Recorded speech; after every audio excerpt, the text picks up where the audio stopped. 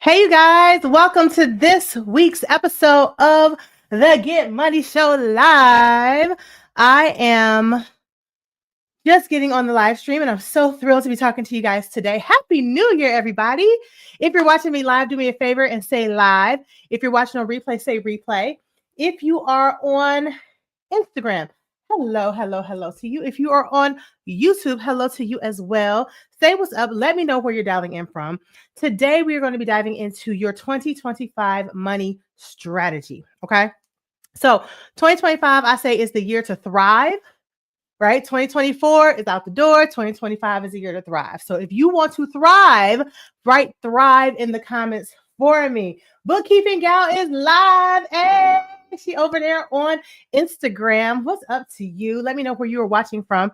Again, if you're watching on YouTube, totally fine. And then love to see you guys on YouTube. If you are watching on Instagram and you would like to get all of the benefits of all the things I'm able to teach over here on YouTube, go ahead and just go search for The Get Money Show. Make sure you put the at top at the front, The Get Money Show on YouTube, because over on YouTube, I'm able to share my screen. I'm able to share links. I'm able to share all sorts of things that I can't and don't have the opportunity to do over on Instagram. Okay. So if you would like that, come on over to YouTube. That's where the party is anyway. It's where most of the people are going to be anyway. So come over here and watch me. Hey, Jennifer, coming in from Orlando. Hello, Devin from Chicago. Happy New Year to you as well. Super thrilled to see everybody. Let me know in the comments if you are thriving in 2025. I see over on Instagram, we've got on Instagram and YouTube, we got folks saying thrive, right? We're here to thrive in 2025, right? Like 2024 was such a hard year for so many people. Adrienne, a member of the Get Money Show here on YouTube, says she's thriving in 2025. She's watching from work in Webster, Texas. Hey, Adrienne, thrilled to have you here as well. Let me know where you guys are watching from. So excited to see you guys. I haven't seen y'all in a couple of weeks. You know, New Year happened, Christmas happened. You know, I was off. We were closed and, I was out the country. So I'm excited to be back. But it's time to talk about this money, right? We're here to get this money. So what I really want you guys to focus on, or what I want you to tell me before we get started, is I want you to tell me, what is one of your big money goals? Just give me one. Give me one money goal that you have for 2025. Give me one money goal that you have for 2025 and let me know what it is in the comments. And then we'll get into what your specific money strategy is. Now, everybody's money strategy ain't going to be the same. Okay, Jennifer's might be something, but Adrienne's going to be something else. Hey, Joyce, Happy New Year to you as well. She's going to have a different money strategy. Tasha over on Instagram is going to have a different money strategy as well, right? Everybody's money strategy is different. That's what I love about this live stream that we're doing today, because it's not going to be a one size fits all. Right? It's not going to be a one size fits all. It's going to be based upon where you are in your personal money journey. But what I am going to do is I'm going to give you the rundown of the order in which you should be prioritizing. Okay? Because I know it's real sexy and exciting to talk about stocks. And it's really exciting to talk about, let's get a 15, 30, 40% gain on these stocks, right? But the truth of the matter is you may not be at the place where you need to be focusing on that. You might be at a different spot. And I'm going to tell you the order in which to focus on it. The order in which to prioritize depending on where you are with your money. Okay. All right. I know you see a lot of people online and I talk about it too. I talk about stocks because I invest in stocks and I think it's important, but I see a lot of people online and they're talking about things like, investing in, options and day trading and everything, and all of that's fine. But if you are not at the option day trading level yet, you don't need to be doing that. You need to be doing something else. So we're going to talk about that. Okay. Lorna says hers is she put 100K. I'm assuming that she means to save 100K. Anita says to stop spending useless money. I love that. Adrienne says to pay off her credit card debt. Perfect as well. Tasha says, I want to become a millionaire in 2025. Okay, Tasha. Tasha says she wants to become a millionaire this year. Like, not in the future, not just I want to become a millionaire. I love SMART money goals. Those are SMART, stands for specific. She says she wants to become a millionaire, right? So that means at least $1 million net worth, right? $1 million. She wants to have is measurable, which is the M, right? It is attainable. It is also realistic, and it's time bound. So she said this year, right? This year she wants to become a millionaire. And depending on where Tasha is, that might be realistic for her, right? Depending on where someone else is, it may or may not be realistic for her, right? So that's why I'm saying like your 2025 money strategy is going to depend on where you are. And since I know Tasha quite a bit, I'm going to say it's probably realistic for her, right? So like that's a really real thing that she could do within the next 12 to 11, 12 months. All right. So let's get into it. Jennifer says hers is to pay down her credit card debt. I love that. I love it. Is it to pay it down, Jennifer, or is it to pay it off? Which one? Because, depending on how much it is, it might be paying it down. But if it is paying it off, then I need you to say paying it off, because that's a totally different feeling than paying it down, right? So let me know which one you're doing. Are you paying it down or are you paying it off? Which one we going for? Lisa J Stack says 2. Jennifer said off. Okay, cool. She is looking to pay it off. She's looking to get that debt gone, out of here and out the way. All right. If you are not yet a member, or not member, I'm sorry. If you are not yet a subscriber of the Get Money Show over on YouTube, do me a favor and click the subscribe button. It is 100% free. It doesn't cost you a single thing, but it does allow the algorithm to make you aware of when I am going live again, or when I have new videos coming out. I go live every single week, and I have a new video, pre-recorded video that goes live every single week as well. It will let you know that if you are a subscriber. Also, if you are someone who has liked this video, click the like button. If you have not already, just click the thumbs up. Again, it costs you nothing, but it does a couple of things for me and for you and for the people who are on YouTube. For you, it allows YouTube to let you it allows YouTube to know that you like this type of content, you like learning about your money, you like being involved in your financial processes and your financial journey, and you're looking to get financially free. So it will deliver you more content such as mine, as well as mine. So you'll get content like this from other creators as well as myself. If you click the like button, it lets them know that you like these sorts of things. What it does for me is it lets the algorithm know that, hey, people like this sort of content, and it helps to push my video further. So help me get this video even further out to the masses, right? We're going for 100 likes on this video before we get off the live. So go ahead and press the like. And it also allows other people such as yourself, we're not gatekeepers here, right? It allows other people such as yourself to know, hey, this sort of content is here as well, and this is a good creator for you to follow and maybe be interested in, right? So it helps me, it helps YouTube, it helps other people, it helps yourself. It's a win-win-win all around, and it costs you absolutely $0. All right? So go ahead and do that for me. Patricia says she wants to pay off her car and pay back the IRS. She launch a biz by Wednesday and launch a business by March and retire in June of 2025. All right. Patricia got it all laid out. She said, pay off her car, pay back the IRS, launch a business, and retire. Right? So I love, Patricia, that you are planning to retire. I don't know where you work. I feel like, are you a teacher? Patricia, correct me if I'm wrong. But Patricia, depending on where she works, she might have a pension or retirement funds that'll come in afterwards. So that will be income. And then she wants to launch a business to generate additional income for herself. Thus working for herself and having multiple streams of income, which we always love, multiple streams of income. And then she wants to pay off her car, which I love to hear that, and pay back the IRS. So good for you, Patricia. Good stuff. All right. So what I want you to, the first thing is I want to talk to you guys about is the first thing that I want you to do, depending on where you are. If you have credit card debt, okay? If you have credit card debt, I want you to focus on your credit card debt. Now, I know I come on this channel a lot and I talk about, again, these are the stocks you should invest in, and here's how to invest in a high yield savings account. If you have debt, that is your priority. Okay, that is your priority. If you have debt, as someone who I've shared the story several times, who had a massive amount of debt, and this is not, I'm not even talking about a home loan or a student loan. Okay. I'm talking about personal revolving, consumer debt, right? As someone who had $147,000 of that myself at one time, right? Having paid that off, I can assure you the weight that literally gets lifted off of your body when you pay off and pay down and then ultimately pay off your debt is like none other. Here's the thing too. I know we always want to talk about investing in certain things. And I want you to invest. I'm not saying you shouldn't invest, but your priority with your money needs to be the debt. And here's why. If you are paying debt, right? The majority of your money and priority has to go to the debt. You should also be focusing on making sure you have an emergency savings account. But if you have debt, a lot of debt, you probably don't have much of an emergency savings account, right? Because if you did, you probably put your emergencies on the emergency savings fund, not on credit, right? So should any bad situation happen to you in life, medical bill piles up, car breaks down, you lose a job or what have you, you have no safety net, right? So you're relying on credit cards, right?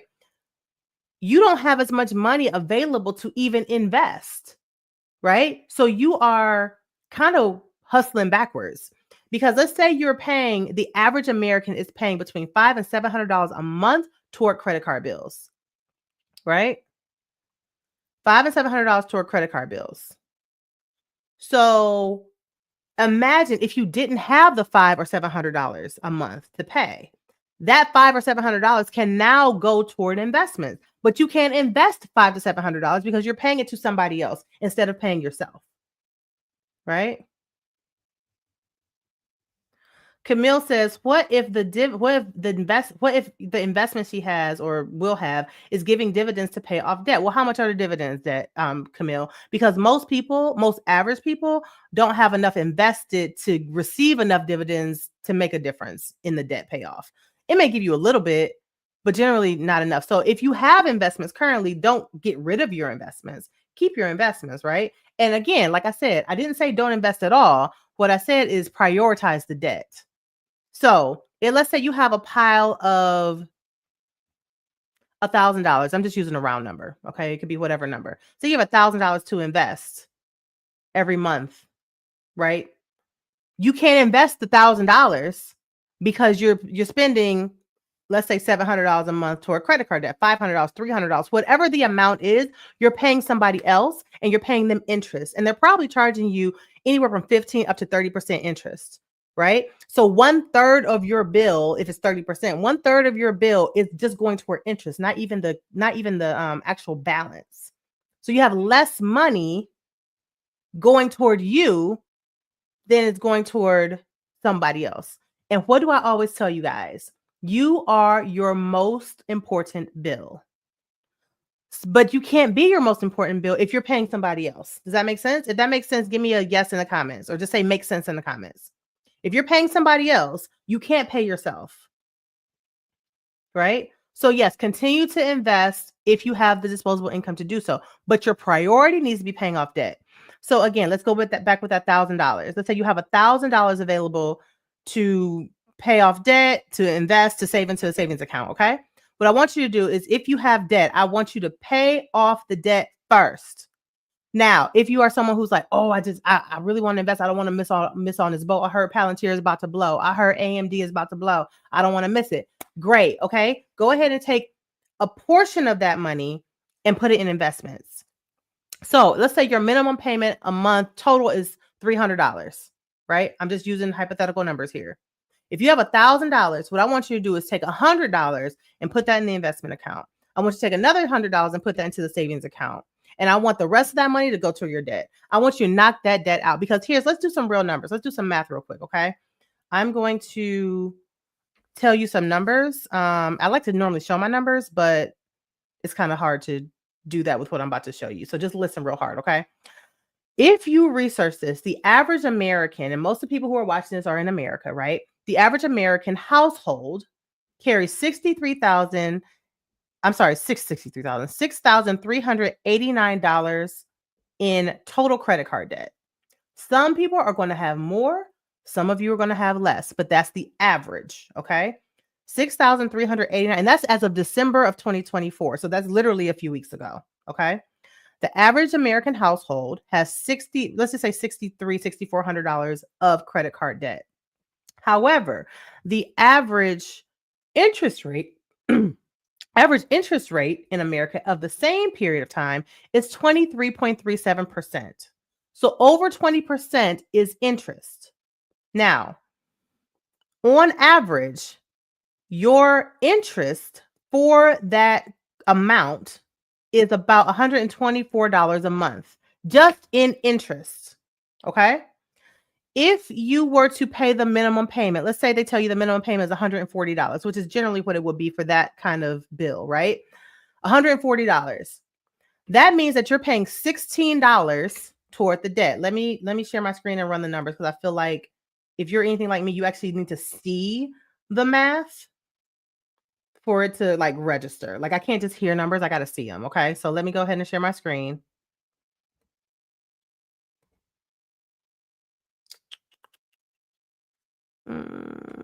Okay. All right. So on average, let's say you're paying.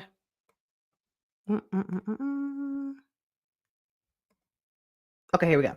So let's say you have $124 interest that you're paying. Tasha says, I have a 2:15 meeting, so I'll watch the video tonight. Thank you for these nuggets of wisdom and your brilliance. You're welcome. Welcome, Tasha. Happy New Year to you. I'll see you soon. Bye. Okay, so the bill is $140. Okay. But the interest is $124. That means that toward the balance, you're only paying $16 toward the balance. The majority of that bill is debt. It's interest. That's going to pay, that's literally going to pay someone else. That's literally going to fund someone else's trip. That's literally going to fund somebody else's yacht. That's literally going to fund someone else's children's college fund, but not yours, right? That's literally someone, your debt payment is someone else's passive income. I want you to think about it like that, because that's the truth, right? Your debt payment is somebody else's passive income. So they're chilling while you're paying interest on something. So you're paying $16 towards the balance. Do you know that at that rate, it would take you, if you paid the minimum, right? It would take you 9.5 years, 114 months to pay that bill off. And not only that, but you would actually pay over $15,000 by the time all the interest was paid. So you would pay more than double what the bill was just because you paid the minimum, right? Or close to the minimum. So hopefully this exemplifies for you why the debt repayment is so crucial and so key. Does this make sense to you guys? Let me know makes sense in the comments if it makes sense, okay? This is why I want you to prioritize the debt, because that income that over 50, let's see, you're gonna pay over $15,000 over the course of time. And that's almost 10 years of your life that you're gonna be paying this bill if you're paying the minimum. And you may say, well, I don't pay the minimum, Gwen. Okay, well, how much more are you paying? Because unless you're paying enough to knock it out in 1, 2, or 3 months, then you're still paying a significant amount of interest, right?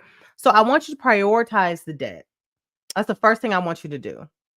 And I know there's this whole, school of thought that there's good debt and bad debt. And I'm not here to argue if that's true or not, right? Sure, maybe some is morally better, not morally better, but maybe some is student loans are better, a house note is better, or what have you, right? The bottom line is debt is debt is debt. It got to be paid back regardless. It doesn't matter if it's good debt, if it's bad debt, if you got the debt to fund something else, to fund an asset, the debt still has to get paid, right? So we could belabor the point of like, is it good debt, is it bad debt, or what have you? At the end of the day, it's still got to get paid, right? So I want you to prioritize the debt, and that's your first step if you have any debt. Okay. I assure you, once you pay that off, so much of your life frees up. Take this from someone who had $147,000 worth of debt. Okay. I will tell you, your life frees up in so many ways because now you have options. Okay. And here's the other thing too. If you are prioritizing investing, right, over the debt payoff, depending on where you're investing, let's say you're investing in a Roth IRA. And again, I want to be clear. I never said don't invest at all. What I'm saying is prioritize the debt payoff if that's where you are. Okay. Prioritizing is not the same as not doing the other things at all. Am I making sense? Because y'all not giving me no feedback. So let me know if you're with me. If you're with me, give me a thumbs up. If you're not with me, let me know why you're not with me and I can answer any questions. Okay. So here's the other thing too. When we talk about all this other stuff that comes with money, the problem is that we don't have a foundation set, right? We are not setting a foundation. You cannot build a house with just windows and a roof. You have to build the foundation, right? And so when we talk about, oh, people investing all this money, like you can't even invest as much as you want to, right? So yes, we can talk about investing in some of these really amazing companies that are going to do well. And again, I didn't say don't invest at all. I just said prioritize, right? We could talk about investing in these other companies and that will be fantastic. However, honestly, to make a big difference, you're going to need to invest, you're going to need to buy a significant amount of shares in some of these companies, right? And so yes, it makes us feel good when we're able to buy, 2, 3, 4, 5 shares. Like that's great. Like start where you are, work with what you've got, right? But if you really, really want to make a difference in your portfolio, you've got to buy more shares than just 4 or 5, right? You've got to, most people try to buy, around 100. They call it a round lot. 100 shares is a round lot, right? But if you don't have the money to buy that, a lot of times it's because you're paying somebody else. And they're using your money to go buy the round lot, right? They're using your interest. They're using your money. They're using the money that you're spending, paying them to go buy their shares because that's their passive income that you're paying, right? And so, yes, if you have dividend stocks or what have you, let those dividends continue to pay you. But honestly, most people have not invested enough to get a significant amount in dividends. And most of the time, it's not because they don't have the money to, it's because they're spending their money on debt. They're spending it on somebody else. Imagine if you were able to take a whole $1,000 a month and put that into the stock market, that's $12,000 a year. That's way more money than if you were only able to put $200 or $300 a month or $50 a month because you're spending the rest of your money paying somebody else. Who honestly, when you die, if you die, depending on the company, they're going to go after your family for the balance. Like they don't give a rat's behind about you. Right? So I need you to prioritize you, which is paying off your debt first. And then we can move to the second step. All right. So everybody who's here, thank you for being here. Again, if you just joined, thank you for joining. Make sure you click the like button on the screen.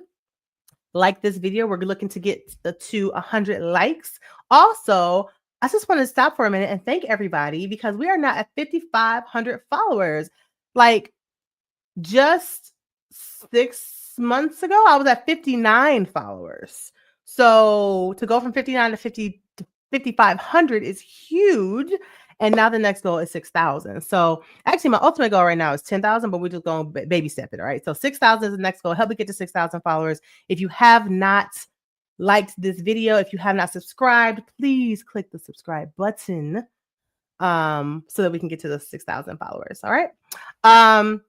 Yes, I'm back. Hey, Dr. Nicole. Welcome, welcome, welcome. Thanks, Janelle. Thank you. I appreciate that. I'm glad to see you guys here. All right. So once you have prioritized the debt, okay, and let me back up a little bit when we talk about debt because, and I really didn't plan to talk about this today, but I'm going to go there. Okay. When it comes to your debt, now I don't know where some of you are. Some of you guys are in the Get Money crew. Some of you guys are in My Rich Friends. So I'm a little bit more intimately involved with you. So I know kind of your situations. But for those of you who aren't, I don't know your situations yet, right? And those of you who are taking the Fix My Money Challenge, which starts on orientation is on Sunday. Yay! We'll get a little bit more acquainted as well. But for those of you who are not involved in any of those of you who just watch the show, I don't know your situations, right? But if you are someone who has debt and some of it is in collections, right? Now, I'm not suggesting that you go try to get into collections, but if it's already in collections, what I want you to do is I want you to negotiate with the creditors. I want you to negotiate because you have a lot more power than you think you do. Hey, my nephew is over on Instagram. What's up, Bryce? He said the GO has arrived. Yes, he has indeed. you have a lot more power than you think you do if you have some debt in collections. Okay. Let me give you a little bit of a story. Okay. Because I like to use myself because I feel like a lot of times these finance, creators, they don't really like, they make it seem like they've always had all the answers. They've always gotten it all right. Don't you hate that? If you hate that, let me know. Because I feel like it always seems like they never made any mistakes with their money. They always have been like rich and wealthy, and they're showing all their cars and their houses. And it's just like, can I get somebody I can relate to? Like, who has been where I have been, or maybe even in a work situation? Because I can relate to that person, right? So let me know if it's just me. Maybe I'm the only person who thinks about this, but I feel like most of these people are either fronting or they just aren't keeping it all the way 100. But I feel like well, not I feel like, but for my situation, when I had $147,000 of debt, I had one bill that was $32,000, like one single bill that was $32,000. Now keep in mind, I didn't incur this debt from like being frivolous and ridiculous. Like I wasn't going on shopping sprees and taking trips. That wasn't what happened. I actually had a business that I started. That business did not survive. And I funded a lot of it on my credit cards, thinking that business would do really well. And then I would pay the bills back with the proceeds from the business, but that didn't happen. So when that business failed, I was stuck with all that debt, right? Again, good debt, bad debt is what we're talking about, right? Like, oh, well, it's good debt because you funded it for a business that was going to make money. Yeah, but that business didn't survive. So then I got stuck with all the bills because there was no business to fund the payments anymore, right? So that's why I say, like, yeah, there's good debt, there's bad debt, but at the end of the day, it's all debt. It's still got to be paid back, regardless of if it's good or bad, right? So $32,000 was on one bill, one card. And I could no longer afford at the time to pay that bill. So that bill went to collections. The bill went to collections, and I got a phone call from the credit card company, or not the credit card company, but from the bill collector, or a third party company. And I took the opportunity to negotiate with her. And I said, I can't pay this whole thing right now. But so I simply asked, right? I didn't even offer anything that would like, kind of be a win for them and a win for me. I just said, hey, can I get this bill reduced? Can I get this bill reduced from from $32,000? And she said, well, how much do you want to reduce it to? And I said, 1,000. And she called a straight attitude with me. I mean, I figure like a closed mouth doesn't get fed, right? So like, I'm like, if it's $1,000, I can pay it today. She was like, a $32,000 bill going down to $1,000. Yeah, that's not going to happen. I was like, oh, okay. Well, let me know what you can do. And she said, excuse me. She said, we can cut it in half. So I said, okay. And so it went from $32,000 to $16,000 in a 7-minute phone call, right? And so I feel like if I had told her, well, I can't do 32,000, but I could do 30,000, or I could do 20,000, she absolutely would have accepted that. So that's why I went super deep low, because I knew that she wasn't going to accept no $1,000. But she said we could do half. I said, okay, cool. So they took, they basically instantly cut the bill in half. So I no longer owed the other $16,000, right? It went from 32 to 16 simply by me asking. If you don't ask, they ain't gonna offer it. Right? So you got to ask. So any of you who are in this situation, Dawn says she's still trying to keep her head above water. I totally get it, sis. I totally get it. I have been there.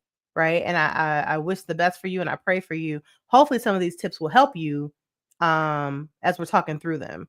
Because normally when people are trying to kind of keep their head above water, it's normally they're bogged down with debt in some sort of way. Right. And so, and you're just like in this perpetual cycle where it just feels almost impossible to get out of.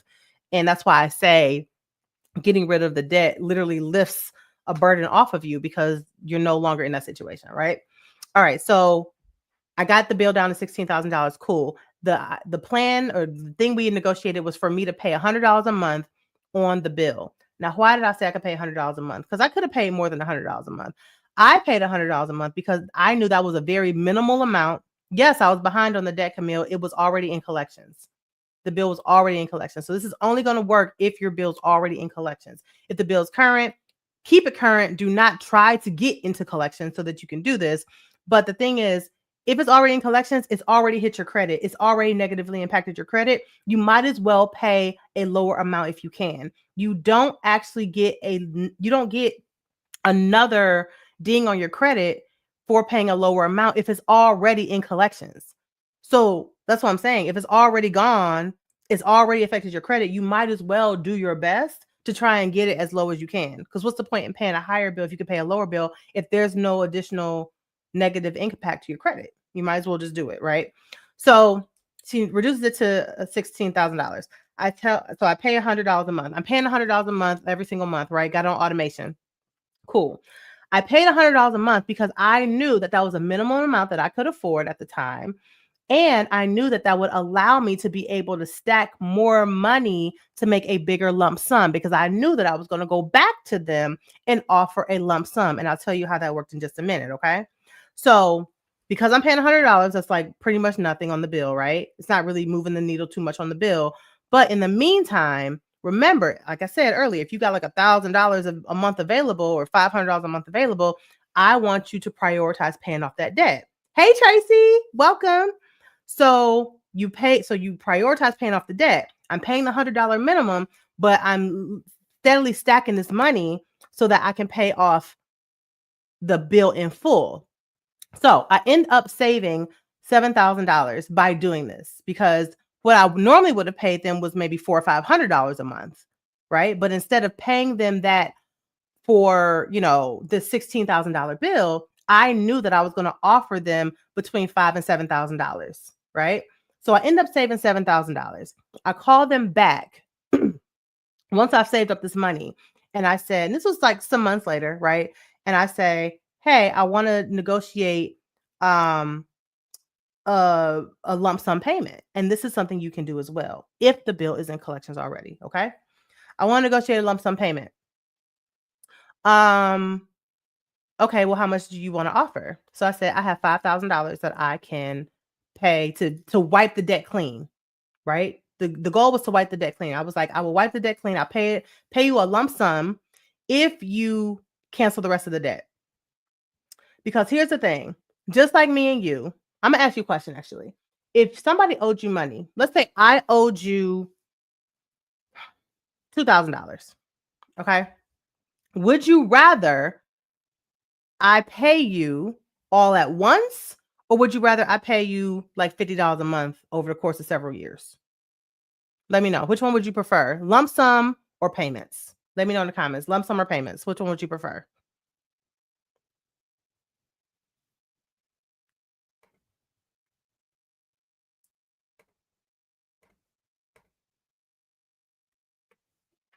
Dr. Nicole says she's preferred a lump sum.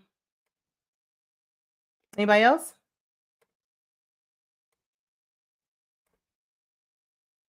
Nobody else? Y'all quiet today. What's going on with y'all today?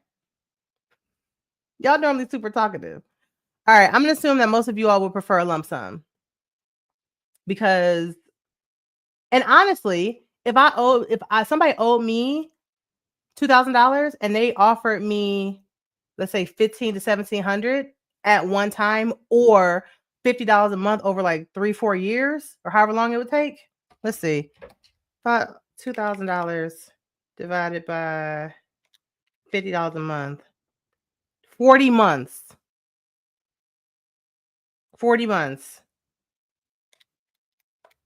That's 3 years. Okay. So would you rather get $50 a month for 3 years, or one lump sum of maybe a slightly lesser amount, right? Maybe like $1,500. If you could only choose between the two. I'm taking the lump sum, and the credit card companies are the same way, right? They would much rather get a lump sum payment of a smaller amount than you to spread it out over, 8 to 10 years, right? So I knew I was going to offer them a smaller amount. So everybody says lump sum. Just Face says lump sum. So does Janelle. So does Camille, Tracy, Rhonda, Marlo, Patricia, and Dr. Nicole, and Dawn, right? So does Bookkeeping Gal over on Instagram. They all would prefer a lump sum. Of course you would, right? Credit card companies are no different. So I knew that I was going to call and offer a smaller amount. So I said, hey, I can pay $5,000 if you wipe this debt clean. She said, let me talk to my boss. She goes and talks to her boss. The boss says, no, we're not able to do that. So then I said, She said, do you have another amount you can offer? I knew I had $7,000. So I said, well, I can do 7. Well, I said I could do 6. She said, can't do 6. I said, I could do 7. She said, he said he won't take 7, but he will take 9. Now, I didn't have $9,000. I had 7. But I said, okay, because if I can go from paying $16,000, well, originally $32,000 down to 16 and now only pay 9, you bet every day of the week I'm taking that deal, right? So I'm gonna find the other $2,000 from somewhere, right? So what I ended up doing is I said, okay, I'll pay you the 7,000, I'll pay you the $9,000, but what I'm gonna do is I'm gonna pay you 7,000 today, and I'll pay you the other $2,000 over the next 2 months. So basically, $7,000 today, $1,000 next month, $1,000 the following month, and that bill will be wiped clean. She said, okay, deal. Great. So I went from a bill, because this had already negatively impacted my credit. I wasn't going to get any additional dings to my credit because of this. I might as well do the best that I can to negotiate down. And most people don't know to do this. And if they did know, they're afraid to do it because they're scared that the credit card companies are going to, I don't know what they're scared of. Like, the worst they can say is no, right? And so they're afraid. So they just don't say anything. But what I need you to know, again, is that no one cares more about your money than you. So it is in your best interest to get this bill paid down. So again, if you're to help you with the debt payoff, if you are in a situation like that, right? Which I was at that time, obviously not anymore, but at that time I was. So you can do the exact same thing. All right. If you have a large amount or even not so large of amount. I know Janelle has done this as well. I explained to her sometime last year how to do this, and she did it very successfully. Right. We've had other people in the Get Money crew who have done it as well, and they've done it very successfully. People have taken my one-on-one money audit. Same thing. Right. This is something that everybody can do. The thing is, though, you have to have the money to pay it off. But what I want you to know is you do not pay them a single dime until they send you something in writing confirming that bill will be paid and cleaned off completely once you make that lump sum payment. Because what you don't want to happen is the person on the phone to say, oh yeah, that's fine, you make the payment, and then their boss doesn't approve it and you have nothing in writing to show. Okay. So they can send you an email from their email address. They can send you a letter in the mail, whatever the case may be. As long as it's in writing, then you go ahead and you make that payment. All right. So that's one really great strategy for paying down debt if you are in that sort of situation. So Dawn, earlier you said, you're trying to get your head above water, and I so appreciate you for your honesty and for your transparency. Thank you for that, because we all learn from each other, and just you being honest and sharing your transparency gives someone else empower somebody else and gives them the license to understand that they're not alone in their situation. And that, we're all in this together. So thank you for that. I appreciate you. But for someone like Dawn, who is trying to keep their head above water, that's something that can knock that out for you a lot sooner. Hey, Freddie from Urban Intellectuals. How are you? Thanks for joining today. I'm so excited to see you here. Jay Nell says, push for emails to get the ball rolling. Yes. Ask them for that email. I'm telling you, don't send. I don't care if they say, well, just go ahead and send it to us. We'll send you a letter later. No. This is a business negotiation. What do we do when we're dealing with business? We CYA, right? We cover our arse, right? That's what we're going to do. So you're going to make sure that your behind is covered so that you can go ahead and you can make that payment. All right. So again, the first thing I want you to focus on is debt pay down. And Camille, earlier you asked the question, and I'm going to bring it back up. I got to find it. But you asked earlier, what if you have a dividend paying stock that's paying you dividends so that you can pay off the debt? Well, here's the thing with that as well. I can't find your comment, Camille. I'm trying to find it so I can pull it up. Where are you at? I don't see it anymore. I don't see the comment anymore. But basically, Camille earlier said, thank you, Freddie. He said, cover your assets. Yes, cover your assets. So for that's a fair question. So Camille said, well, if I want to pay down my debt, but I also want to invest. So what if I have dividend paying stocks that are paying me dividends to, and I can use that money to pay off the debt? And my answer was, well, most people don't have enough dividends coming in from stocks. The average person doesn't have enough money coming in from dividends for it to like make a huge difference in their debt pay down anyway. But beyond that, Camille, and anybody else who's listening, is that really you shouldn't even be getting a check for your dividends. Honestly, you should be reinvesting those dividends. It's called the DRIP. It's called DRIP, so dividend reinvestment program. And you should be reinvesting your dividends because you're actually losing money by not reinvesting your dividends, right? So if you're getting a check for those dividends, you're just taking it and you're maybe spending it or whatever. If you reinvest it, that money is allowing you to buy more shares of the same company for free, basically, right? And so I wouldn't advise that you get a check anyway for your dividends. I wouldn't advise that because, and let me see if I can pull up the calculator. I can show you real quick. Hold on. Let's see. Y'all know I love to show math. I love to show math. So let me share this real quick. This is going to exemplify this really, really well. Oh, and ironically, we got the dividend investor on. He says, you're so right. It's called compound interest. I reinvest my dividends. 100%. 100%. Thank you for saying that. He says, sorry, I'm late to the show, but I did subscribe to your channel 3 months ago. I appreciate you. Thank you for being here. And Dr. Nicole said drip. Yes, it is called drip. So Camille, let me know, are you reinvesting your dividends right now? Because I'm assuming that you're not based upon your comment. So let me know. All right, I'm going to share the screen real quick with you. Okay, hopefully you all can see my screen. All right, so this is the dividend calculator. I really love this website. I've shared it several times. I can put it in the comments as well for you guys to have. So let's pick a stock. Well, that's not pick a stock. Let's assume that we have a stock that has, let's say we start with $10,000 in that particular company. And we contribute, I'm going to say $200 a month. So 200 times 12 is $2,400. That's our annual contribution, right? We're going to leave the dividend tax rate the same. We're going to leave all this other stuff the same as well. All right, and we're going to say we invested for 20 years, okay? So notice the ending balance, right, is $1.2 million in this particular company, right? This hypothetical company. But that's if you reinvest the dividends, okay? If you don't, excuse me. Let me actually redo that. I'm sorry. Let me do this. Okay, here we go. So that was with the $100,000. So with wait a minute. Dividend increase. I did something. Hold on. Oh, 5% dividend yield. Okay. And then what am I doing?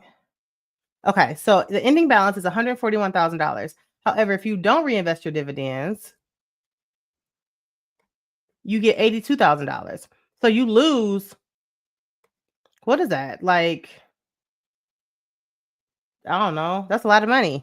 What's 140 minus 80? $60,000, right? Just because you didn't reinvest the dividends. Like you didn't include any more money in the stock. You're still investing the same amount, right? But now you lost $60,000. So let's use a higher number, right? Let's say you start with $10,000, but let's say you invest $1,000 a month. And so that's $12,000 a year, right? That's the example that we gave earlier. So if you're not investing your dividends, then you have $340,000. But if you do reinvest your dividends, now you've got $546,000. That's $200,000 difference, right? So obviously, because we're investing more money, we're making more money. But if you're not reinvesting, you're literally losing out on free money. So think about it like your 401k at your job. Some of you guys work at jobs that will match you, right? Like you're missing out on free money if you're not participating in that, right? So it's the same thing. I kind of see DRIP as the 401k match, almost the same, right? I mean, it's not a match, obviously, but basically they're giving you free money in exchange for you being a part of this. So it's like, why would you not, right? Camille says, yes, I reinvest. Okay, perfect. Then you don't need to worry about it. But yeah, so if you're reinvesting, then your money can't be used for paying off your debt anyway, because you're reinvesting it, unless you took it out. And at that point, it's not being reinvested. So it's kind of losing money to inflation because it's not being used to reinvest in the stock. So hopefully that makes sense. All right. So that's number one. So if you have debt, Erlene says, I came on late, but I reinvested dividends since I don't need the funds. Perfect. I'm glad to hear that, Erlene. Everybody should be reinvesting. Even if you do need the money, like you should be reinvesting, like honestly. And like getting your money somewhere else, to be honest. Like that's what I suggest. Until you're ready to truly pull that money out. Because if you're just pulling it out for like kicks and giggles, like, oh, I want to take a trip, like that's not smart. Like reinvest that money, find some sort of passive income stream to make up the difference.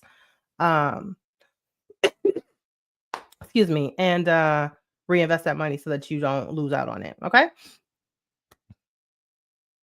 Lorna, can you make decent money off stocks without options, day, or swing trading? For sure. Yeah, you can, Lorna. It also depends on how much you have invested and what companies you're investing in, right? Or what ETFs you're investing in, or Bitcoin or REITs or what have you.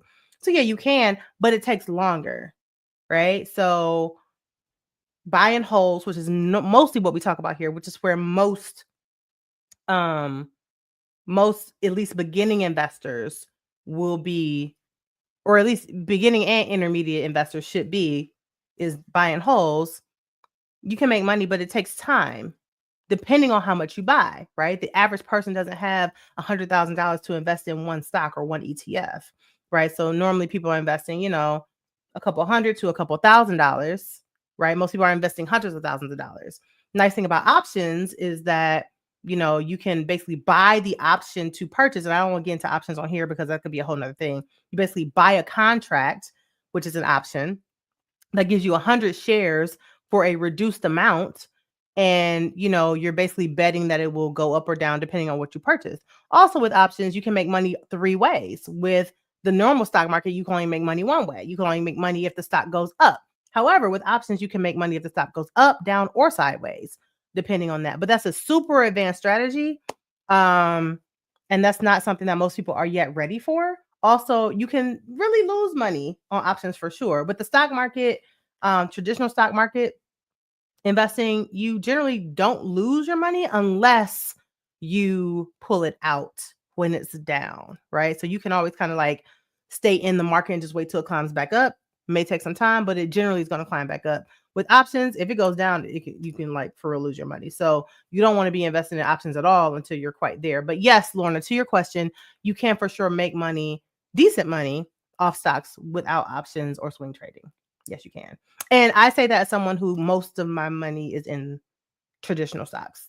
So, so yes, I definitely suggest it and advise it. Okay. So once your debt is paid off, your next strategy is I want you to then prioritize your emergency savings. Okay. You're welcome.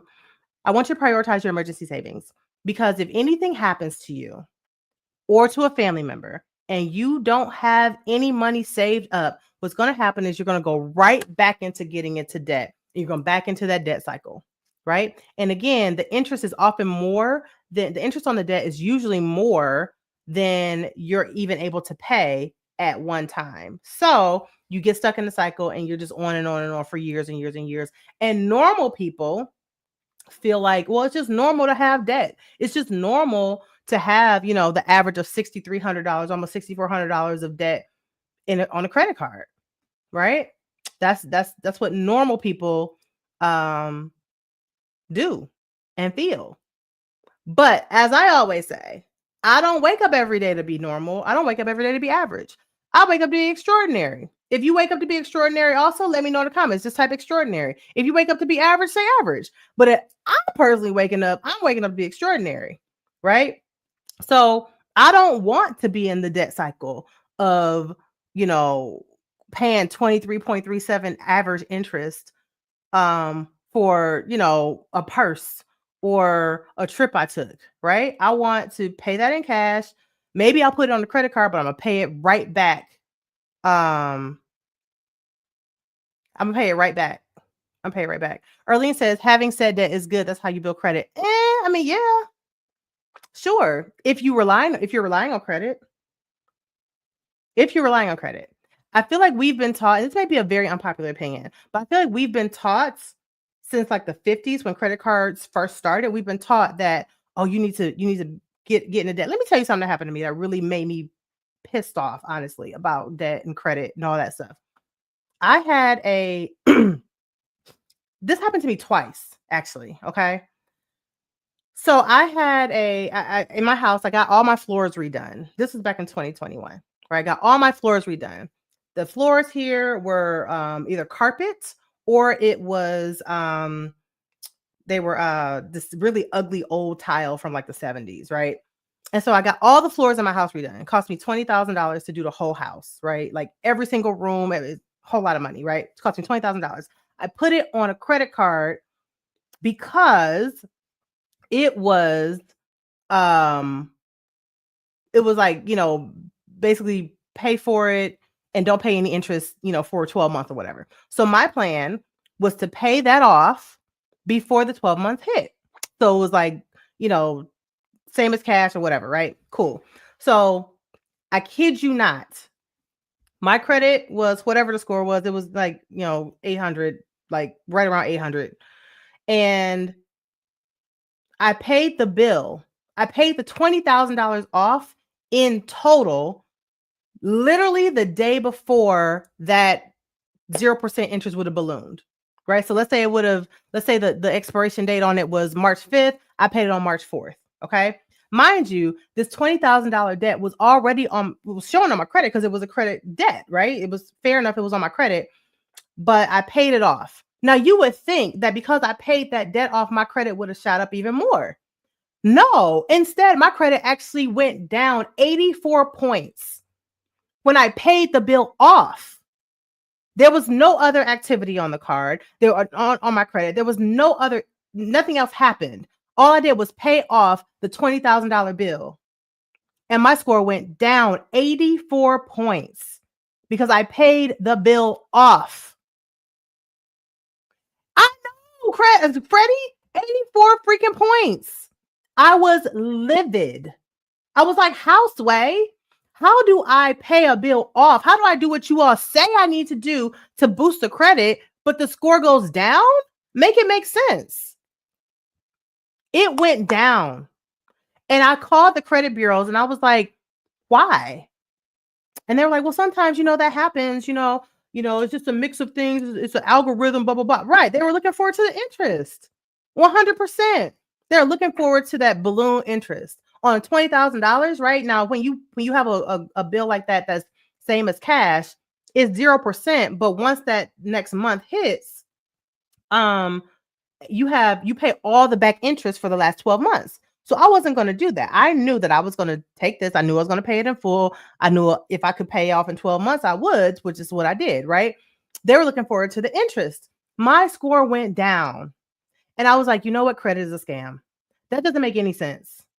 Like, we have been conditioned to feel like, oh, well, you need to build credit. But I mean, prior to the 50s, people didn't use credit cards. They paid stuff with the money they had. Right? And I'm just like, I was very upset by this. Here's the second thing that happened. So fast forward some years, and I had it wasn't nearly as much as that. I think it was like $6,000. So this is when I was in my debt payoff realm, right? When I was going through all my stuff with $147,000. I paid off another bill. It was like $7,000, something like that. Paid that bill off. Now, hold on. Actually, let me say this. I actually incurred some debt, right? I incurred debt. Like I got a bill and like I racked up bills, right? And I think it was like, I don't know, maybe $2,000. My credit score went up. Not a lot, but it went up by like 12 or 13 points. It went up when I put this $2,000 on my credit. However, fast forward a couple of months, I paid $7,000, which included that $2,000 off, and my score went down. My score went down 30 points.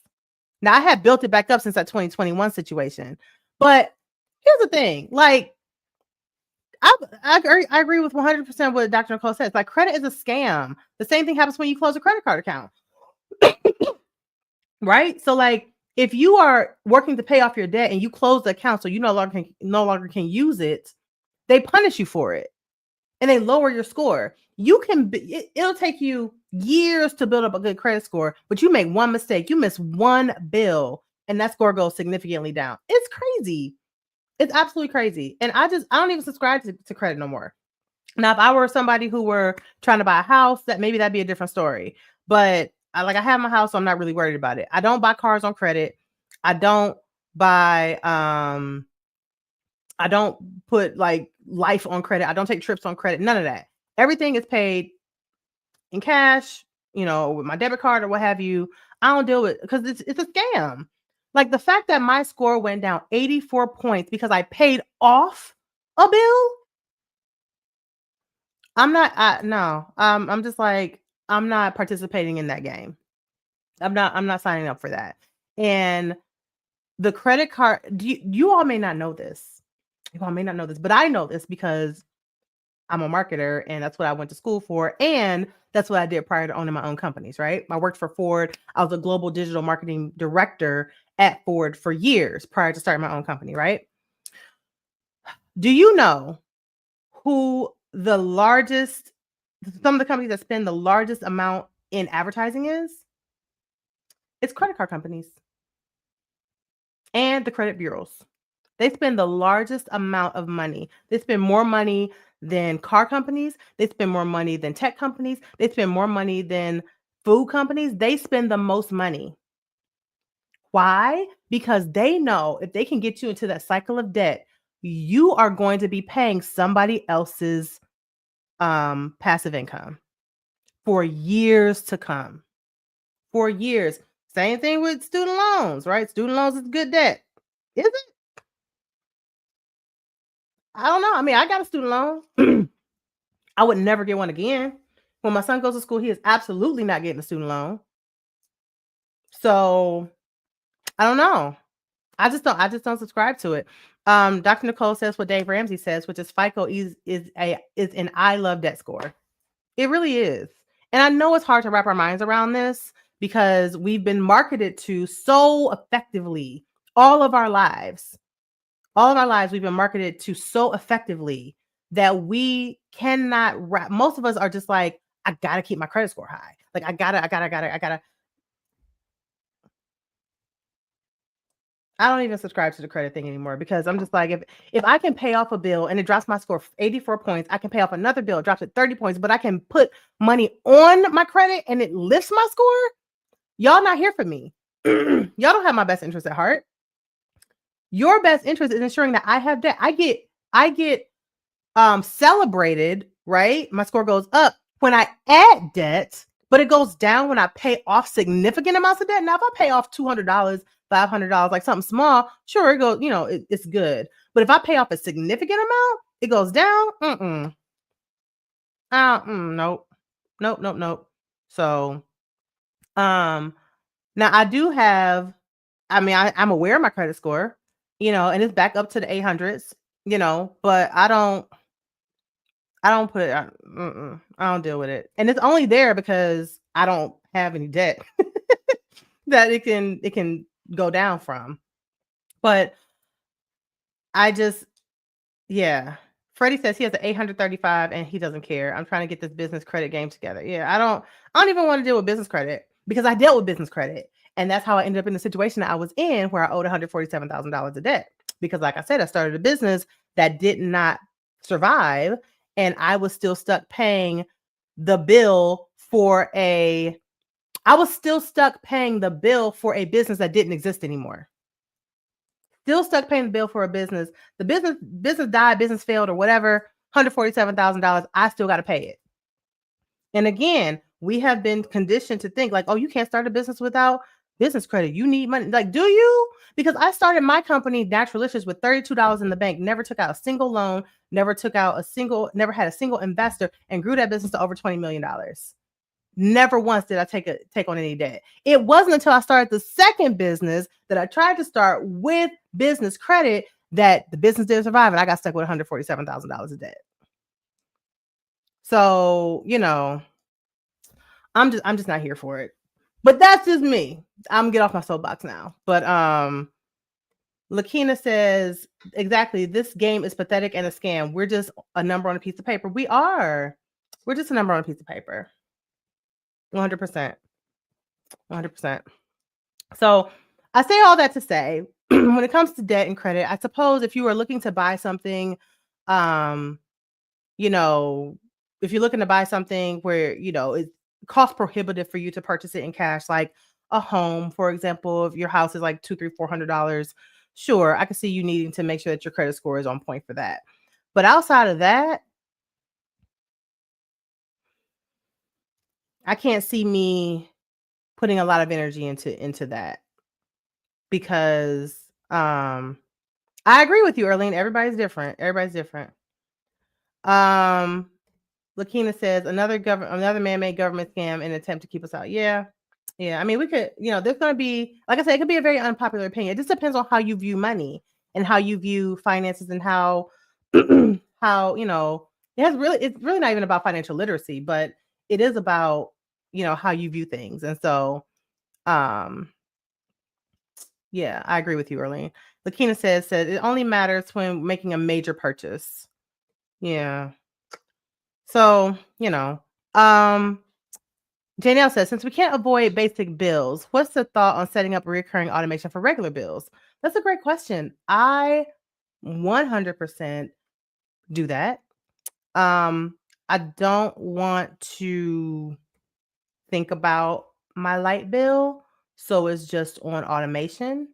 But if somebody like my dad, he wants to see the bill and he wants to physically pay it, it's really just personal preference. But if you can do it, I would suggest it.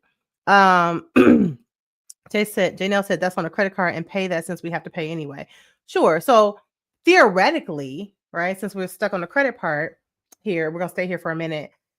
Theoretically, yes, it would make sense that if you have a credit card bill and you put your bills on a credit card, like some people are like, oh, I want to get points and all that other stuff. Cool, right? I'm here for the points because I like to fly for free, right? But human behavior tells us that most people aren't going to pay the bill off at the end of the month, which is why the credit card companies exist. If human behavior were to do what we know is logical, which is, oh, we see the bill, our bills are on there, we're going to pay it off every month. If that was the case, credit card companies wouldn't exist because they wouldn't be getting interest because no one would be paying interest, right? But the average person is not going to do that. The average person tells themselves that they're going to do it, but they're not. I'll use me as an example. Y'all know love to use myself, right? I had paid off that debt and I was like, cool, the debt's paid off, burden's lifted off my back. I feel great. I'm going to continue to put my bills on my credit card, on my Amex card, because I love the points that I get. So what I'm going to do is I'm going to put the bills on the credit card and I'm just going to pay it off at the end of the month, or I'm going to pay it off as soon as I get it. So what ended up happening was for the first few months, I did that like clockwork, right? But then what happens? We get complacent. We get lethargic. And I'm like, oh, you know what? I went to Target today. I'm not going to pay that today. I'll just pay it off later. It's only like $7. Okay, next time. Oh, I'm going to CVS. Oh, it's only $20. I'll pay that next time. And next thing I know, that bill had racked itself back up to $7,000. Right? Because I told myself that I was going to pay it. And then I was like, no, I'll do it later. No, I'll do it later. No, I'll do it later. And the end of the month came. And the first month, I think it was like a couple $1,000s. So I'm like, oh, I really can't afford to pay that all off right now. I'll just pay, half of that. So I pay half of it. But then I still had a balance. Right? So that's what I'm saying. Like, there's human behavior and then there's logic. Logic says when you get the bill, you pay it off at the end of the month. Absolutely 100%. Human behavior tells us that's not the case. If it were, credit card companies would not exist. I'm not here to tell you all don't use your credit cards. I'm just telling you what the statistics are and the facts are, right? The fact is most people are not going to pay that off at the end of the month. Most people aren't. And like Dave Ramsey says, like people use credit cards for points. And I love the credit card points, right? But if you're truly not paying that bill off at the end of the month, how much money did you have to spend in order to be able to afford that free flight or those free groceries or whatever you used it for, right? How much did you end up paying in interest to be able to afford that free flight? You could have just bought that flight 3 or 4 times over in comparison to the interest that you pay. Now, if you're truly not keeping a balance, that's a different story. Like if you have an Amex card, you got to pay it off at the end of the month, right? But if you've got a Capital One, Chase, whatever, you're generally, you may not be paying it off. So you have to know you, and you have to be honest with yourself, right? If you are someone who, like my mom, she was on the money. Like she would use her credit card. She ain't play around. She paid that joint off every single month. She never kept a balance. She was super disciplined though. Most people aren't like that. If you are like that, great. But if you are truly honest with yourself and know that you might slip up, life might get busy, life might get busy, you might forget to pay it, you may want to reconsider it. It just depends on what kind of what you want for yourself. But yes, I agree with you, Janelle. It can help with credit and your points. She says it basically set up auto. Let me post her thing. She says, so basically set up auto for credit card and then automate your debit. This will help us win a bit.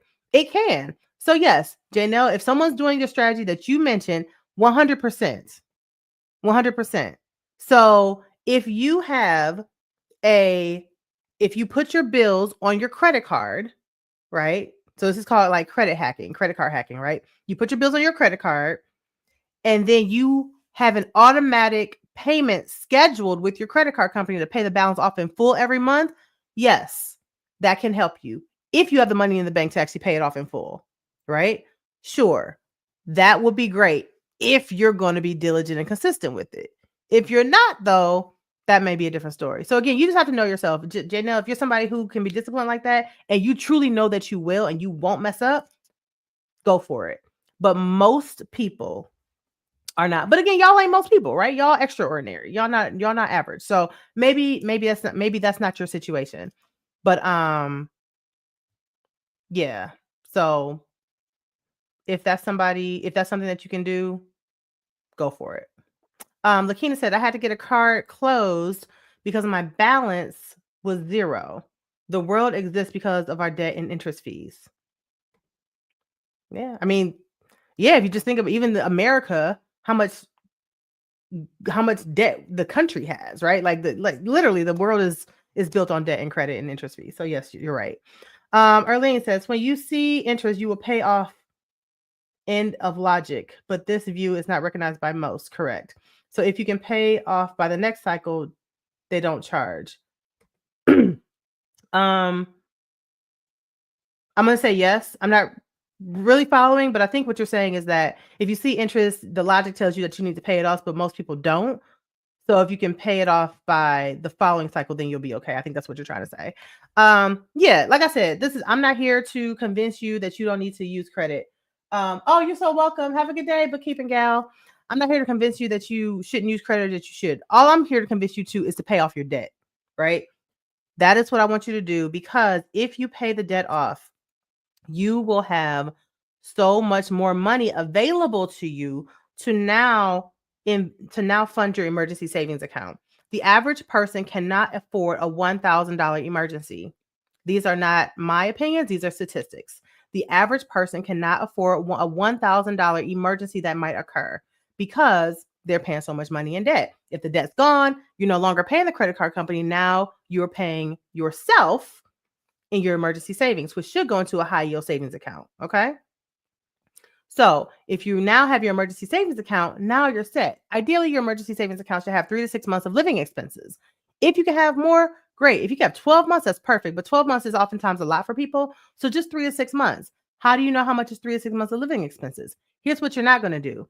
What you're probably going to think to do is to say to yourself, oh, I think it cost me $3,000 to live. And what you're going to do is that you're going to calculate your housing costs, so your mortgage or your rent. You're going to think about your car note if you have one, and you might think about your utilities, right? What you're not going to do, you're not going to think about your insurance. You're not going to think about your life insurance, health insurance, car insurance.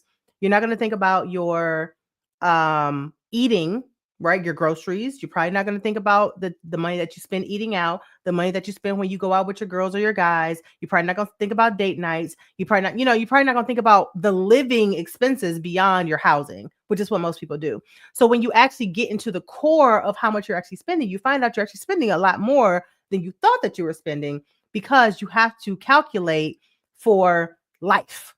right? If you have a child like mine, your grocery bill is going to be more than if you lived on your own. I have a 14-year-old who eats all the time, right? If you are a social person like I am, your social bill is going to be more than someone who stays at the house all the time because you're going out, you're going to the movies, you're going on dates, you're going hanging out, right? So we don't want to reduce life, right? We don't want to just be hermits if something goes wrong. How much money do you really need to actually live the life that you live now? The only way to know how to do that is by going through your statements and finding out how much you're actually already spending, right? And we do that a whole day. We dedicate the whole day to that in the Fix My Money Challenge, right?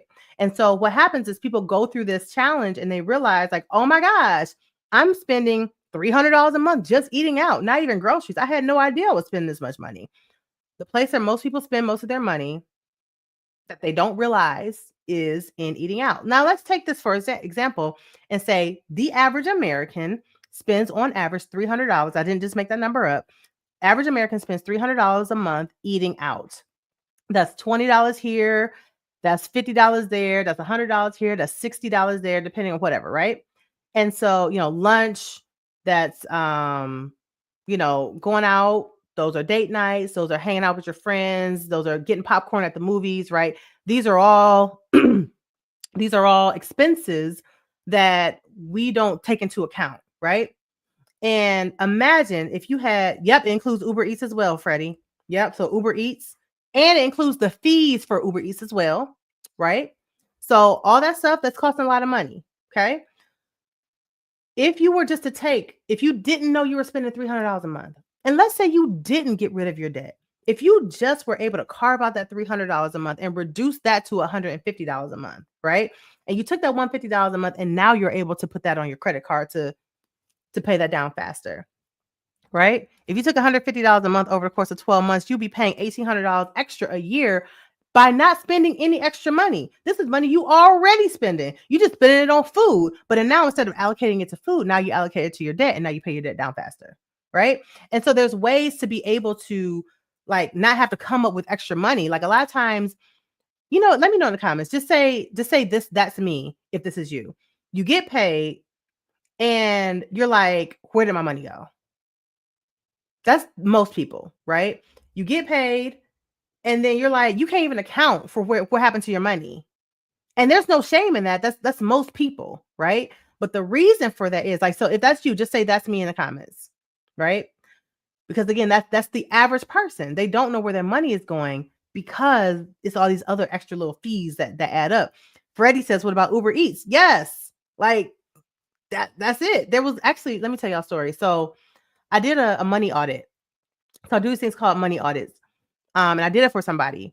And she was just like, I don't have any money. I don't know where my money is going. It feels like I get paid today and like within like 5 to 7 days, my money is gone. And I was like, all right, well, let's talk about it. So we talked about what her different income sources was. She had 3 or 4 different income streams. Cool. So we broke it down. She was spending most of her money on Uber Eats and Postmates. And I was like, you have spent $730 this month on food. That's where your money's going. That's the bulk of it. That's the bulk of the she's like, I don't have any money to save. Yes, you do. Because you spend $730 on food. She's like, well, I don't like going out to get food. I want it delivered to me. Okay, well then you're gonna keep paying $730 in food. Like the food, like the fees alone, we broke it down. The fees that she was spending on Uber Eats, Postmates, and stuff like that was like 25% of that $730. So if we do 730 times, let's see, $730 times 25%. I did that wrong. 730 times 25%. That's $182. $182 going toward delivery fees. So I was like, fine, you don't like going out? Like, what's your man doing? She's like, well, he goes to, because she worked at home. He goes to work. I'm like, tell him to bring it. Can he bring it home? She's like, yeah, I guess he can. Problem solved. right? You saved $182 a month. Now that $182, let's say you still want to get your food out. Fine. You still want to eat. Great. We're not here to reduce our life. We're here to find ways where the money is leaking, right? So you spend $182, almost $200 a month in just fees. Have him go get the food. He on his way home anyway. Have him pick it up. You can order it. Have him pick it up. You save $200. That $200 now is going towards your credit card debt. That's $2,400 in a month. She had $5,000 in credit card debt. $2,400 a year is going toward fees. Now you only got to come up with $2,500, $2,600, right? And so again, we have to find the money leaks, right? But once that debt is paid off, I really, really want you to focus on making sure that you fund your emergency account. Yes, Dr. Nicole, I don't know. I mean, we live in, you can literally stay at home nowadays. You never have to leave the house. Movies are on TV. Even new releases are on TV. You can get food delivered, right? You can even have a mobile, if you get your nails and toes done, a mobile person can come to your house and do your nails and your toes and your hair. You can get a mobile massage. You can live a life of luxury just living at home, right? So there's that. Just Faith says, you are so right about that. When I calculated for life, I added $1,200 more per month. See, that's what I'm saying.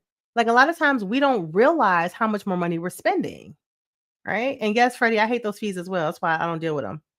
Funny story, you guys. So when my son was like 4, maybe 5, I think he may be 5, he said that he wanted McDonald's. I don't really do McDonald's too much, but I said, fine, whatever. So he said, can I DoorDash it?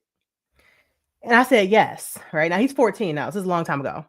So he DoorDashed it and I gave him my phone and he went on the app and he, ordered the food that he wanted. I said, great. The credit card was already in the account. So, he paid for it with the card.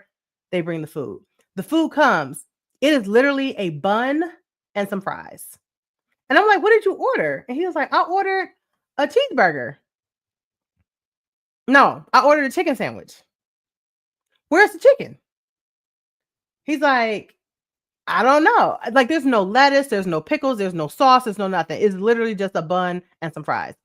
So I go on the app and I look, and because I'm upset because I'm like, I know they didn't deliver just some bread and some fries to my house, right? And charge me all this money. So I go on the app and I look, and you know how you can kind of like select what you want, you can exclude certain things. He had picked no meat, no pickles, no tomatoes, no sauce for his burger, right? So I basically ended up paying however much the cost of it was, let's say $8 or $10 or whatever, for a bun and some fries, not including the delivery fee, which was $19. The delivery fee was more than the cost of the actual food. And I was like, you know what? First of all, you messed up. Don't ask me to order no DoorDash no more.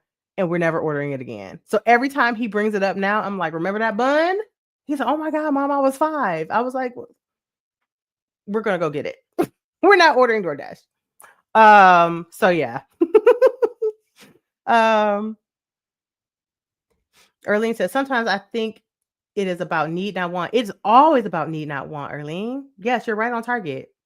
You're right on target. Dr. Nicole and Sharon says, I'm not having anybody pick out my produce. I don't want nobody picking out my fruit, my vegetables, other groceries. Nope. I totally get it. And I feel you. I will say though, that like usually if I like describe what I want, like if I tell somebody, hey, I want avocados, but make sure that when you press the avocado with your thumb, it's not too soft, but it's also not rock hard. Normally they get it right. But I completely understand because everybody has their nuances when it comes to produce. So yeah, I feel you. But even with me with produce, there's a farmer's market near me, and I just go there, and it's a farmer's market, so everything's fresh, and there's no pesticides, and it's open 24 hours, not 24 hours, but 365 days a year. And it's super duper cheap because it's straight from the farm to me. So there's no middleman, right? So it actually saves me money. and it's better for me anyway. Over on Instagram, David said, "Oh man, not him still paying down the debt for the bun and some fries 10 years later." Yes, he is still being held accountable for that bun and some fries. 10 years later. Like, we will go get the food. We are not ordering DoorDash unless he got DoorDash money, but he ain't got no job. So until he gets a job, but anytime he does get money, of course, he doesn't want to spend his money. He wants to spend my money. So anyway, so back to the point, and I want to get to the point so we can wrap up here. We're going to pay down the debt first. That's your money strategy. You're going to pay down debt first. Please prioritize your debt pay down. Okay. Again, I know we had a whole conversation on credit versus not credit here. I'm not here for that. That's not the conversation that's not the hill that I'm standing on today. Right. I have my opinions about it. You all heard it, but that's not the point of this. I really want you all to focus on the point, which is to pay down your debt. I want you to focus on paying down or off your debt. All right. The second thing, and if you have not subscribed to this channel by now, please hit the subscribe button, press the like button as well. Press the like button. It costs you nothing.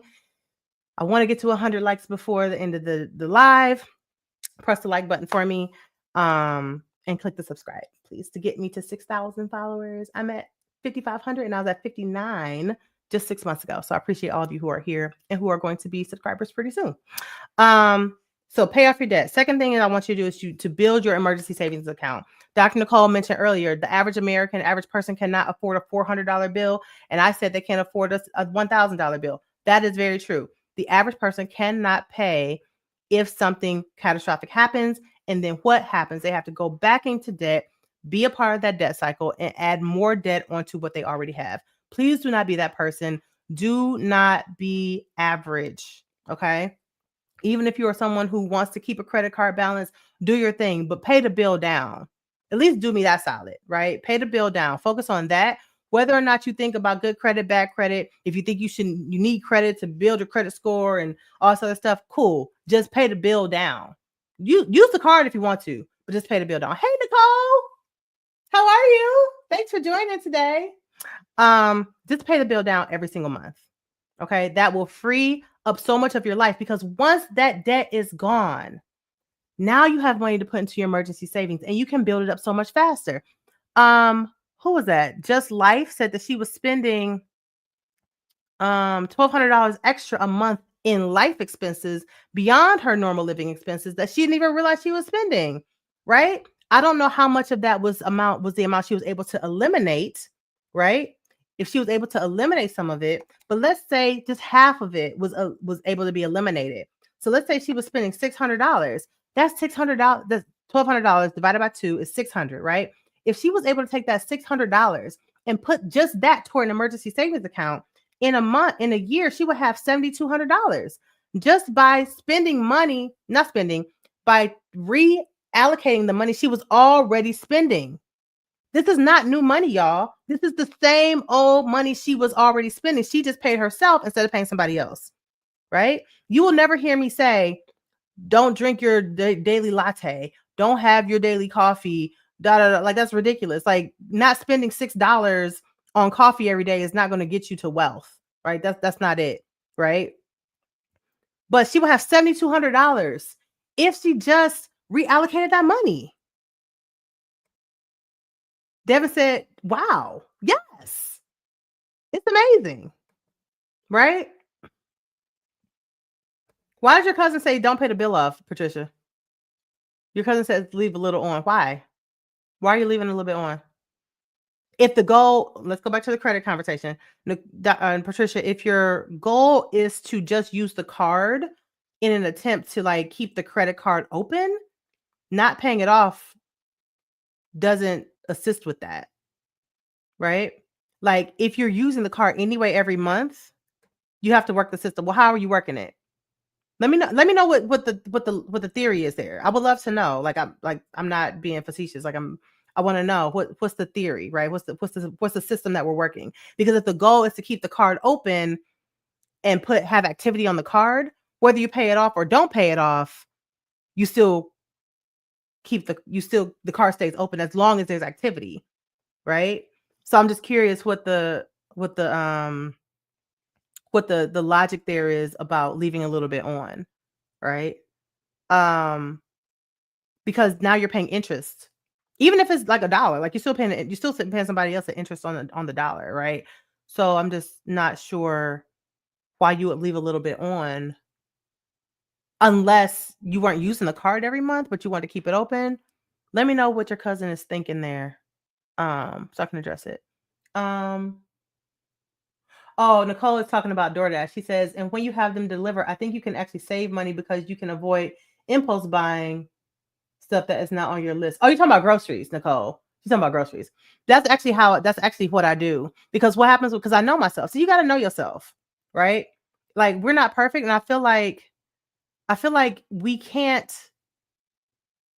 like, I don't think it's a smart move to work against your habits, right? Like, if you're like, work with your habit, right? So, like, for instance, my son is super forgetful, like incredibly forgetful. And like, so much so, like, he'll do his homework and forget to turn it in.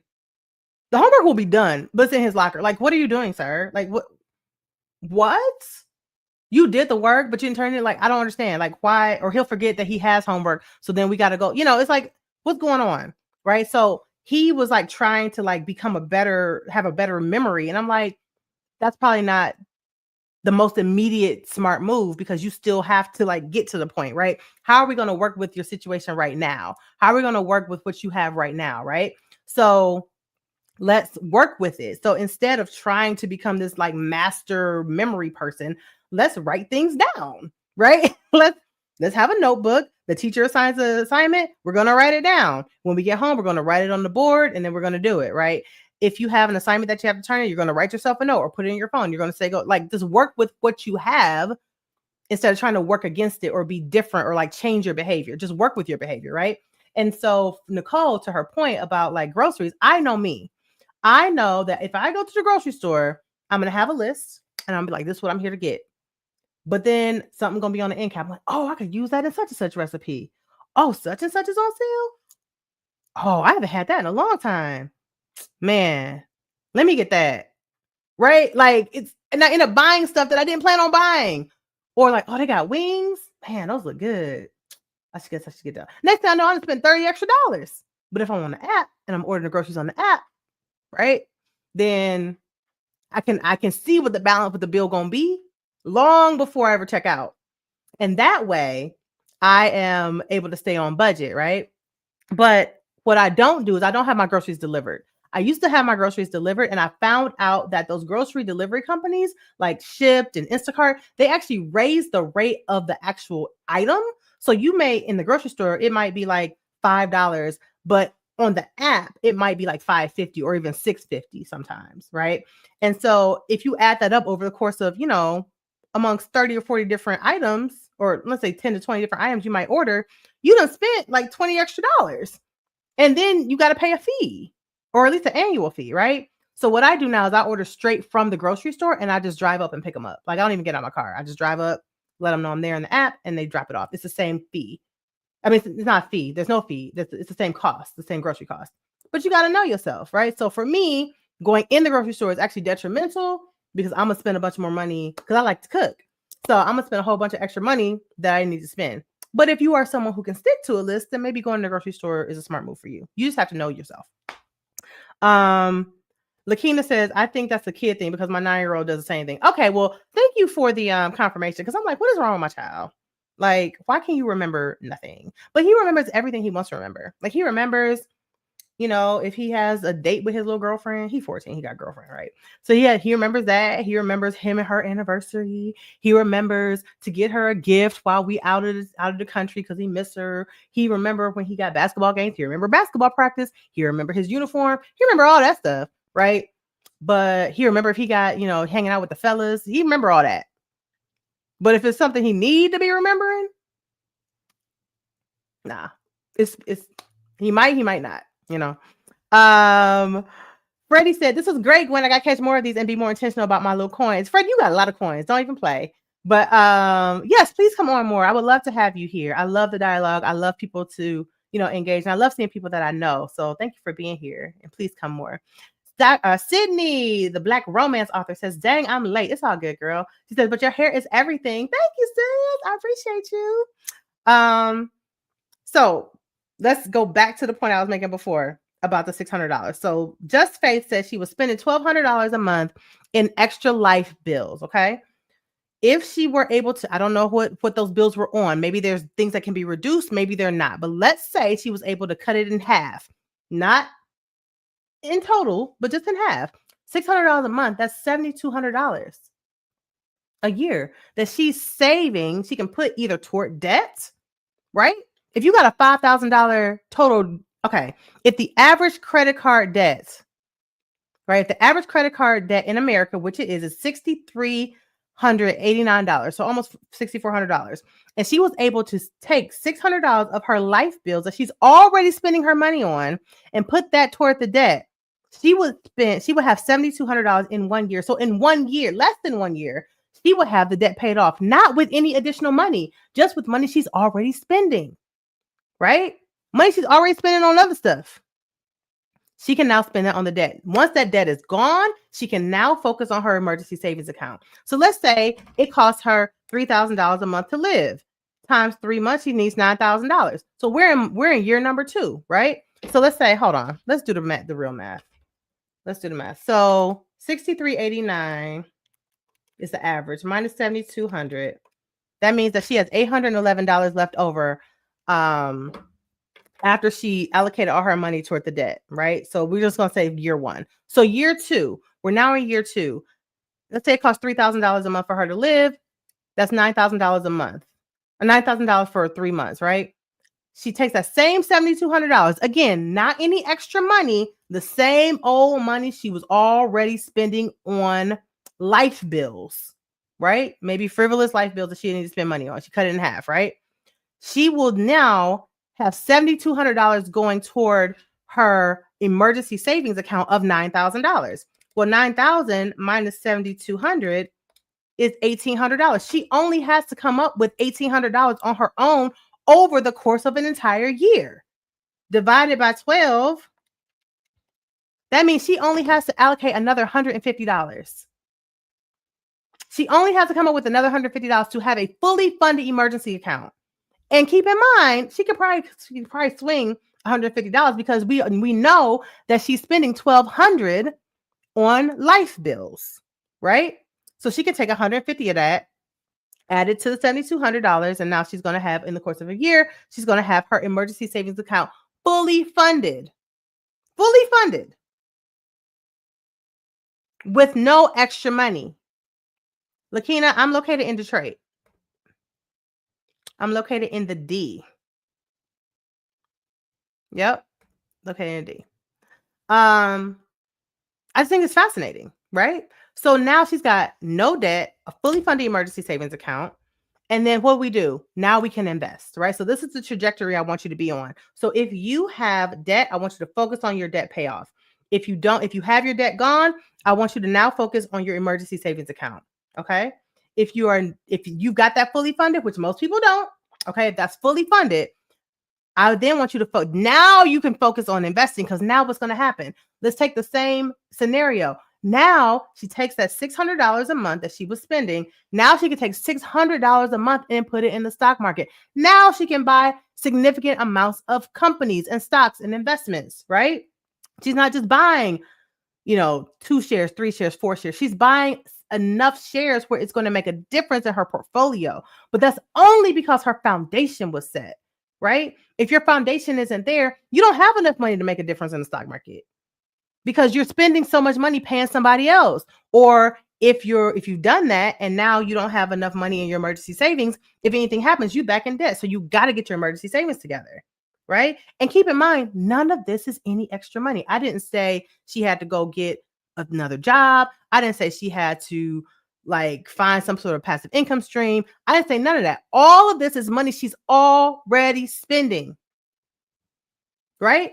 So there's no stress. There's no addition. Oh my God, where's this money going to come from? Because it's already money that's being allocated. We're just reallocating it to the place where it needs to go based upon where we're at. But you can't get with, everybody wants to play with the big dogs. Everybody wants to let's talk about options and let's talk about stocks. Yeah, let's talk about it, right? But we can't, again, if you weren't here when I mentioned it, I never said don't invest in companies. I never said don't add to your emergency savings account. What I said was to prioritize, right? So we are prioritizing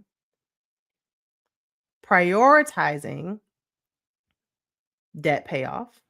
Then while we are maybe putting a little bit of money here and there in investments and savings, once that's gone, now we're prioritizing emergency savings while still putting a little bit of money, maybe a little bit more money on investments because the debt's gone. Then once that's done, now we're prioritizing investing. And that's where our money's going, because every dollar you have needs to be working. Every dollar you have needs to be doing something, right? If you've been here before, you've heard me say your money should be like Nick Cannon. It should be going out and making babies. It should be fruitful and it should multiply. You should have not a single dollar that doesn't have a job. Think about you as a business owner. You're the CEO of your company. You're the CEO of your life, right? Would you hire an employee who was just sitting around doing nothing? No, you would no longer pay them. You would fire them, right? So if your dollars are your money and your money is Nick Cannon's supposed to go out. He's supposed to spread his seed all around the world, make all these babies, right? I need your money to be Nick Cannon. I need you to be CEO of your life, okay? Your money should be working and doing something for you, whether it's paying off debt, whether it's paying your bills and just living life, whether it's investing, whether it's generating high interest from a high yield savings account. It needs to be doing something. If your money is sitting in a traditional savings account and it's just chilling, earning $1 a year in interest, it needs to be fired, or the savings account got to be fired. You got to move it somewhere else. All right. Sydney says, brilliant. Freddie says, not Nick Cannon. Yes, it needs to be Nick Cannon. Go out, be fruitful and multiply. Go do your thing. Right. What up, though? What up, though, Detroit? Nicole said, the D. Hey, Nicole. So yes. So that is how you get to the win. But here's what most people are going to do. Most people are going to hear this and they're going to say, oh, how long is it going to take me? Right? Even if it took you, in this scenario, 2 years to get to this point, right? But here's the thing, the time is going to pass anyway. 2027 is going to come regardless of what you do. 2027 is going to happen whether you make a move or not, whether you focus on paying off your debt, whether you focus on making sure you have emergency savings, or whether you focus on investing. It's going to pass regardless. The question is, where are you going to be in 2027 in that scenario? Like I told you, I had a one-on-one money audit with somebody, and we figured out how she could not only pay off all of her debt, but she will also have her emergency savings fully funded within a year. But this is the same person who was telling me she didn't have any money. But that's because she spent $182 in DoorDash fees. In addition to other things, that was just one of them, right? So she had a whole lot of money leaks, like money just leaking that she couldn't figure out where it was going. So we plugged up the leaks. And now if she works the plan, she'll have all that paid off in a year. But the time's going to pass regardless, right? And a lot of times we feel like, well, if I can't do it fast, and I'm not going to do it at all. But then one day you're going to look up, it's going to be 2027. And you're going to be like, damn, I remember being on that live with Gwen. She was talking about it was going to be 2027, and it is 2027 now, and I ain't made no progress. All right? The time's going to pass regardless. So I don't want you to be someone who looks up and wishes that you had made a move now. So if you want to get to the point where you're able to, I think someone earlier, I can't remember who said it. She asked, I think it was Lorna, asked, can you make a decent amount of money in the stock market without options? Yes, but you gotta put some money into it, right? You gotta put some money into it. And you're not going to do a whole lot with, 1 or 2 shares. But how do you have the money to buy more than 1 share if you don't have any extra income coming in, or you don't want to have to spend more time working? You got to free up money. And the way that you free up money is you either reduce expenses or you bring in extra income. Well, if you don't want to have to bring in extra income, and I'm not saying that you shouldn't, you should, but if you don't want to have to do that, you got to reduce expenses. And the biggest expense that you probably have, one of the biggest expenses, is probably your credit card debt. Get rid of that, and everything else just it trickles down, falls into place. Lakina says, crawl before you walk before you run, before you sprint. Yes, that's exactly it. That's exactly what I'm trying to say. Start with something. Start where you are and work with what you got. Your burner was falling off the wall. That was $1,200. Did you have to put it on a credit card, Patricia, or were you able to pay for it with money you had saved up? And then if you put it on a credit card, what happened? Did you pay it off in full that month, or did you keep a balance? Like, what happened? Sydney says scared money don't make no money. That's true. That's true. But there's ways to mitigate the risk, right? And the ways that one of the ways we mitigate the risk is by having a foundation, right? Here's the thing too. Here's something else I want you to think about. People often say they can't invest because they don't have the money, right? Well, I got to pay. What if I lose my money? What if I lose my money in the stock market, right? Okay. Well, first of all, the facts are that the stock market has always gone up, right? Over time, the stock market has always risen over time, right? So that's just the fact. So I don't know where this, who if I lose my money in the stock market thing comes from. Because yes, it has gone down, but it always goes back up. It always goes back up. It has never not gone back up. It always goes back up. Like since the inception of the stock market, it has never not risen. Like 100 years, it has never not gone back up. Yes, it has gone down. It crashed once. It went down a couple other times significantly, but it always goes back up, right? So like that fear is kind of unwarranted, first of all. But beyond that, if you have no debt and you have an emergency savings account, hear me and hear me clearly, okay? And you want to invest. Well, what if I lose all my money? Okay, well, you have an emergency savings account. So if anything catastrophic happens, you already covered for 3 to 6 months, right? But, well, I need money for my mortgage. I need money for that. Okay, cool. If you don't have any debt, then that means that you probably have some disposable, and I'm using disposable loosely, disposable income or investable money, right? So don't spend the money that you're using for your bills, right? Like just don't do that. Whatever, like you have to pay your mortgage, you have to pay your light bill, you have to pay your car note, you have to got to pay all that. If your debt is gone, now you have more money freed up where you don't have to worry about losing your vital money because your emergency savings is straight. Your debt is gone. You have no debt. You have no emergency savings. So you can take the risk of losing your money, which you won't because it'll always go back up over time, right? Assuming you don't invest in like nonsense, right? You can mitigate your risk. Don't spend the money that you need for life. But you can't get to that point where you're comfortable with that if you've got all this debt bogging you down. Right? Yes, Andrea, I agree with you. Concentrate on an ETF and not individual stocks. Yes. ETFs, love them. Love them. ETFs are exchange traded funds, you guys. So for those of you who don't know, they're a basket of stocks that allows you to instantly diversify your portfolio. So instead of you investing in just one company like Nike, you get to invest in, say, Nike, Adidas, Puma, all these different companies at one time, right? So a lot of times these ETF baskets, if you will, have like 500 stocks in them. Sometimes they'll have 100 stocks. Sometimes they'll, and they just track the market. So yes, ETFs are an amazing way to go. You don't really lose any money at all on ETFs because if one stock goes down, you've got 499 other stocks that are doing well, right?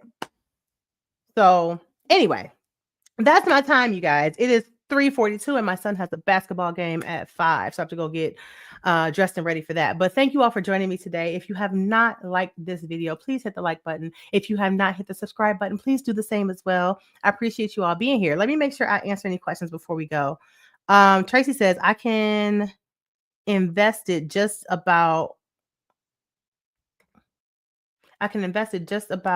know how to allocate the money so it can make money.